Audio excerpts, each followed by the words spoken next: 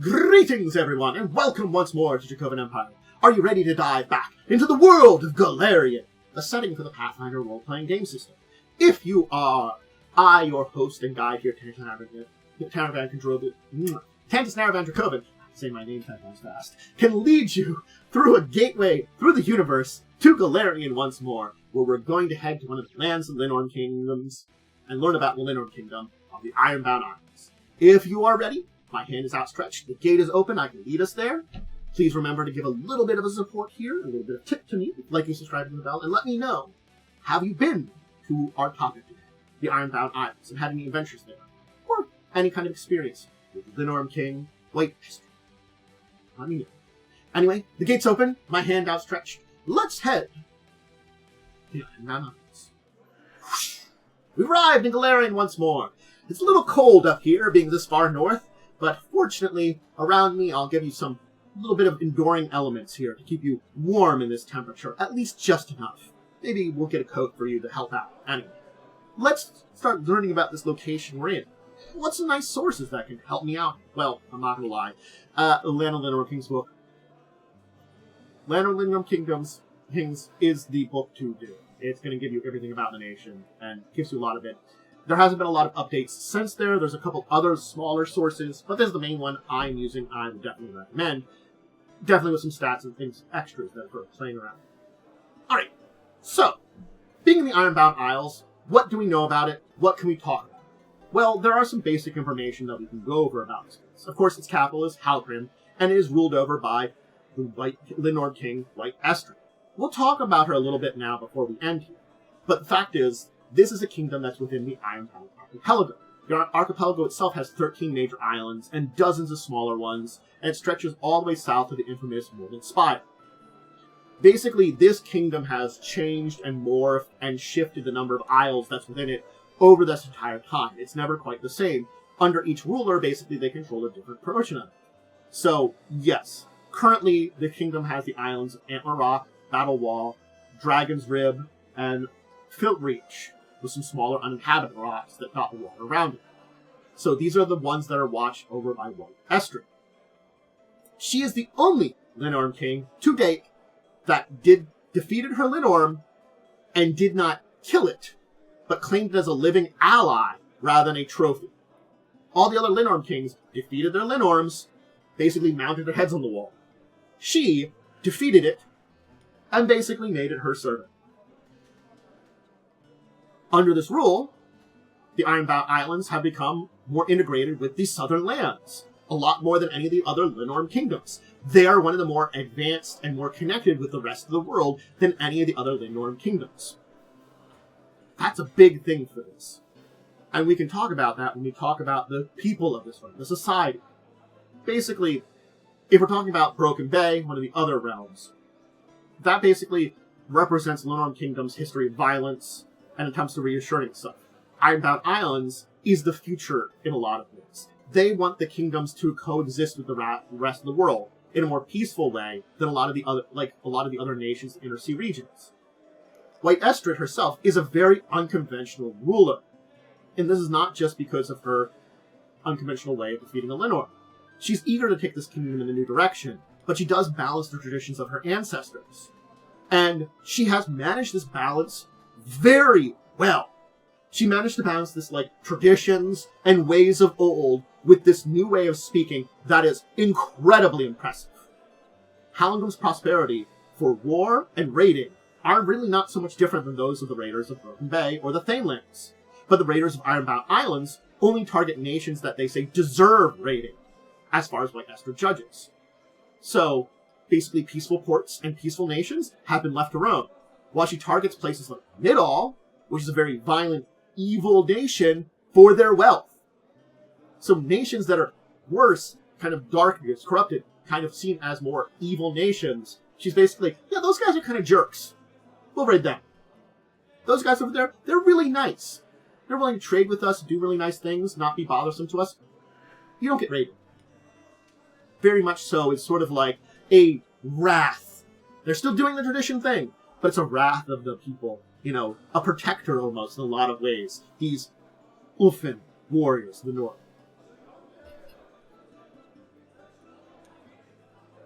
Other raiders will see this as a weakness. The Ulfin of the Ironbound Islands are anything but feeble. They're improving their ship designs, and their acceptance of this unusual king and her Linnorm pet, and their welcoming of things like of those other ancestries, mixed ancestries of orc descents and other misfits who are seen outside the things, those that are like, orc human, orc otherwise descent. Yeah, this is innovation rather than just following that. Halgrim is very cosmopolitan, and though Kalisgard is a city 3 times its size, it is a much better city. The islands are much closer to the great cities and new ideas that happen down in the inner sea region. And these are all primed by Waste Estrels to see which new ideas are useful tools and ways to get ahead, rather than contaminants to avoid. So she sees these new ideas that are coming from the south, and she looks at them and looks for ways to integrate them into her own society, to improve her society. Halgrim's ships are smaller than a lot of the other nations, but they're newer designs. They use triangular sails rather than traditional square ones, a lot of the old longboats. So she's improving, making better boats, more advanced boats. They produce new deep draft raiders that can take more sails without capsizing. And this also means that they need deeper harbors, but in the Ironbound Isles, with their steep shores, they have deep harbors. These are ships that are much better built and much more advanced, but they can do them here. They have this great area, great situation for developing this advanced Ulfin culture that's taking the traditions and evolving them into something new, connecting up deeper with the south. Now, they aren't the only inhabitants of these islands. There are other species and ancestries that live here. But their other ancestries do tend to be accepted and encouraged to take part in the regional lifestyle. So dwarfs, and of course, I have to remember the new term for half-orcs. I never remember it. Sorry.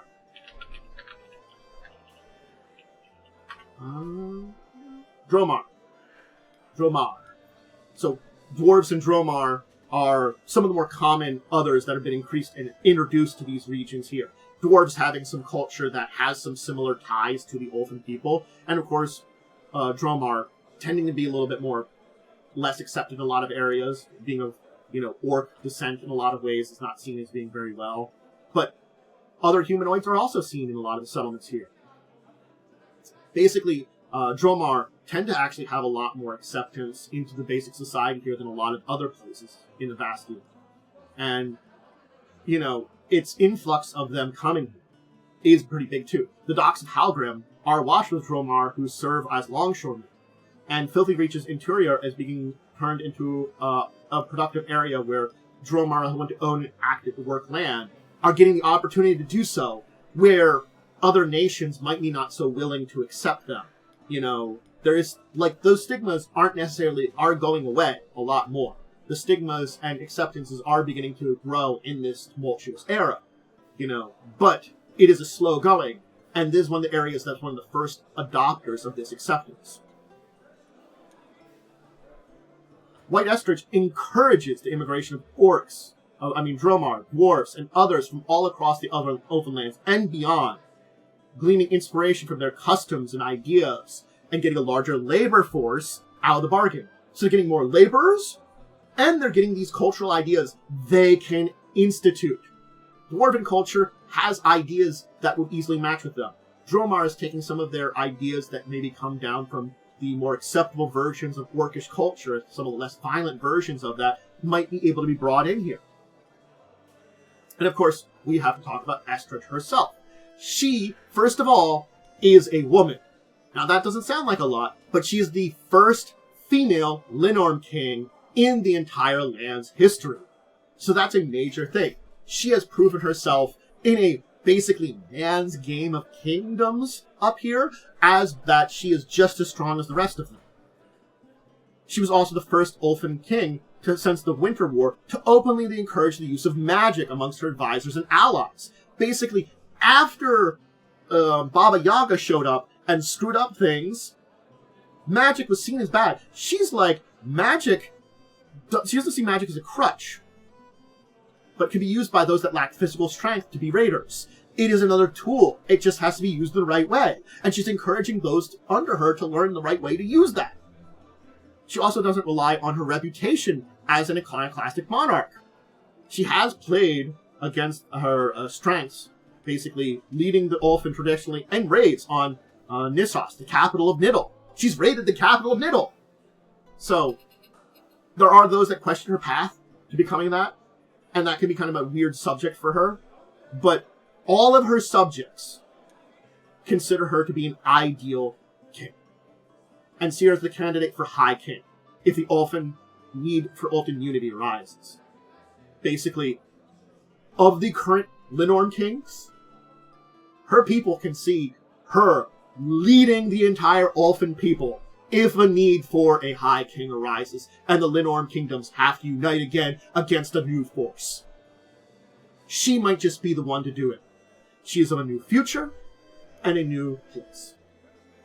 In a lot of ways. Let's look at her just a little bit more here. We've talked about her a little bit already, but we do have to kind of talk about her unconventional way, and of course, her Linnorm. The fact is, her main renown, that raid on the Middle East Middle East port, is not the only part of that notorious raid she led. This was in 4704. This is nearly 21 years ago that she led this raid. So it's a little while ago, but it is this. She also broke the Schlaxine blockade of the Arch of Eredin and pulled into Absalom to sell the treasures she stole. And while there, she reunited with one of her cousins in the gladiatorial competitions at one of the Irion. She won some of her matches the next week and used her celebrity to forge political pacts that helped her in this. So the fact is, she has done so many great things and is such an impressive woman. Mechanically classifies 50th level barbarian, at least in first edition. Probably the same in second edition. So, let's talk about Bolt Tongue a little bit there. So, shown over here. Basically, she defeated Bolt Tongue with help of a mighty weapon she claimed she received from the Earth Spirits. Now, this has angered other rulers of her land, but she basically refused to murder Bolt Tongue and keeps her as a thrall. Basically, the other Linnorm Kings refused this, and Bolt Tongue refuses to say much, other than that he was defeated in combat by Estridge and bargained his life for servitude. That's all he says about it. It seems to be a sore subject of what the hell happened, that she managed to defeat him, but she's like, it was in combat. I lost. I basically bargained my life for a lifetime of servitude. And there are those that call him Estrid's pet. But his presence has also been a major thing. Halgrim's defenses are pretty big here. And Runewall, just to mention, is the commander of the Grey Cloaks, one of the district bosses of the Ascendant Court of Absalom. So, Runewolf, her cousin, is a major figure too. So she has major connections to Absalom. Also, pretty big there. You can see how not only is she positioned with family, with great actions, with building a major nation, and this great power source, and having the goddamn Linnorm at her side, this is all making her an impressive woman and an impressive place. Impressive is just an easy word to describe. Let's talk about the Ironbound Islands just a little bit here, and the realm itself. So, this realm here, its waters, filled with sea monsters. Giant sharks, giant cephalopods, fjord Linnorms, sea serpents. Yeah! There are those Ulfin ships that don't hunt fish normally, but hunt sea beast for sport. The exotic meat and bounties set by White Estridge. So yeah, not only does this make this water safe for travel, it encourages trade between islands and the southern nations, but of course, hey, it gives an excuse for these big warriors to go fight something. Boom! We got something to do. Some of these places have populations that has enough population that dangerous creatures are confined to mountains on some islands. And there are still some monstrous humanoid-type creatures, magical beasts, and other things like Battle Wall. Flyreach is more sparsely populated. It has a lot more wild areas where dangerous monsters can realm. Things like giants that could raid and stuff like that. But there has been pushback on a lot of these monsters as some of these places are getting settled, as I was talking about. So as the settlements become more and more, these things have... yeah. Antler Rock is relatively uncivilized as an island. It has some caverns that connect down to the Darklands with the various groups that are down there, which are kind of dangerous. Battle Wall is the more populous of the islands, named for its upthrust heights in the line of islands. Basically, it looks like a big thing of ramparts. It has the best farmlands in the region. Its flats are densely populated, especially around Halgrim. The other major population center is Frembrud. We'll talk about these cities in a minute. But yeah. And the mountains are filled with some of the descendants of giants who fled the area from long ago. Devil's Drain is around this area. It's one of the most dangerous navigational oddities of the region, which is a kind of strange violent convergence of currents. It's a perpetual vortex that sits between Dragon's Rib and the mainland. There is room for either side for you to pass safely, if you're lucky. Because, yeah, you could get caught up, and down the vortex you go. So be careful when going there. Dragon Ribs is an unsettled island of rugged hills and tors and dense pine forests and swamps. Again, it is got an infamous valley of the Black Tarn. Strange fey creatures live there. It's got a lot of dangerous stuff, but it is part of the nation. Filthy Reach is the sparsely populated one that's getting a lot more places, like small dwarven villages, Dromar places, settlements that are happening in there. There's a few giants, Ettins, and trolls, or giants, trolls, and other creatures that live there that can be very dangerous, but generally is pretty well settled for the islands. Alright, let's talk about the cities. This is the picture of the capital, Halgrim. So we'll talk a little bit about the cities here. Now, some of the cities that we know the names of, but we don't know about a lot about are Allstone, a farming and fishing village located on Filthy Reach. Avraka is a town on the southern coast of Filthy Reach. A lot of Dromars are there. It's got some history. Frembrud is on Battle Wall. So there's a couple places that we know the names of, but we don't know a particularly lot about these cities. Again, Avrek. As I go. Yeah. So we talk about Avrek there. Frembrud. I did talk about you. Halgrim. We'll talk about you. Sorry. There'll be nonsense there. New Thassalon did take over the other islands in the Ironbound archipelago. So I should mention that there. The other islands are New Thassalon. That is a good one to remember to mention. So that's why, well, they never really controlled all the islands, but since some of the islands are controlled by the Ironbound Islands, and the rest of the archipelago is controlled by New Thassalon, and I think there might be one or two that are not controlled by either, but I'd have to check properly. Because I'm not talking about the archipelago as a whole, I'm just talking about the islands today, but yes, that's important to note. Halgrim, second largest city in the lands of the Linnorm Kingdoms. Twice as large as Trollheim. It is a distant section to Kalsgard, which is a huge city. It engulfs the inlet edge of the best harbor in the island. It's cradled on the seaward side by the iron steep coastal heights and fertile farmland. Its two forks of the Rustflow River meet in the middle of the city, forming a deep waterway that sees heavy traffic. It stood for over 1,000 years and grows sharply over the last decade. Hey, under their queen, it's growing. Turns out she's doing a good job. It's home to 7 bridges spanning the Rustflow and the ancient moat that separates the castle island from the rest of the city. There's a rumor that if any walks the circuits of the city through crossing the bridge without once crossing any of them twice, or without circumventing the river in any other way, will be made White Estrid's chief minister. You know, no one's managed to defeat. But, you know, it's an ambition you might have. Orkmut is an area of farms where a lot of Dromar have been basically settling down and building a little area.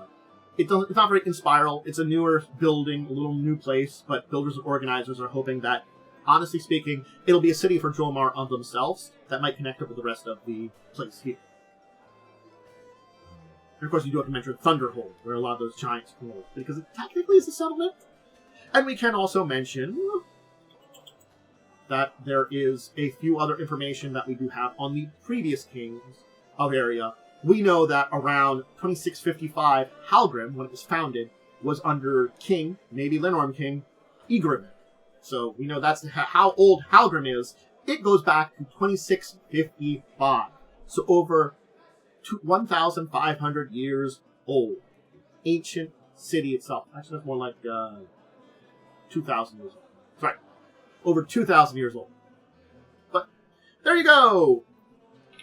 There's the Ironbound Islands. Now, I might not do a video like this for each of the Linnorm Kingdoms, but I felt like after I did my video on the Linnorm Kingdoms as a whole, I wanted to focus down on Ironbound at least, and maybe a few other ones, because there is more information about them, and each of these kingdoms is a unique place in itself. Yes, they're all connected together, being Linnorm Kings, but they each can have their own retrospect and own different way of doing. And certainly speaking, this one here is the most unique. There's so much information, so much interesting things going on here, that it really did need a video on itself. And hopefully you enjoyed diving into it and learning all about White Estrid in this land here and its evolution. It's a place of adventure, a place where outsiders are certainly maybe welcome, and it's certainly a place where you can discover many things. I hope you've enjoyed diving into Ironbound Islands. Anyway, that will be it for today. I do hope you enjoyed joining me today. Please check out any of my other videos and stuff like that. All my videos like this are recorded live on Twitch and thrown over onto YouTube. I do other things that are recorded for this. Fall of Evanswell is currently my TTRPG I'm running. That's Wednesdays at 8. Any other TTRPGs I've done live end up on my YouTube side of things, discussing tabletop. On Saturdays at 6, right? It's a kind of talk show, kind of podcasting thing. I'll probably make it an actual podcast at one point in time. We talk about news of the week and dive into tabletop discussion. Interesting tabletop topics. Check that out. Those are the big things that go up on YouTube. I do other things on the Twitch side that don't end up there. Some gaming with friends, that kind of stuff, hanging out. So you can always check me out live. Anything I'm doing, I put on my social media. I give announcements for that. So check that out. That tends to be Discord, Blue Sky, Twitter/X. So those are the main things. Anyway, I'm going to get going. Thank you all for joining me today. I hope you enjoyed diving into all this. Please check out all my other stuff. And until the next time, we dive into Golarion, or some other tabletop world, I bid all of you out there a deep and wonderful farewell.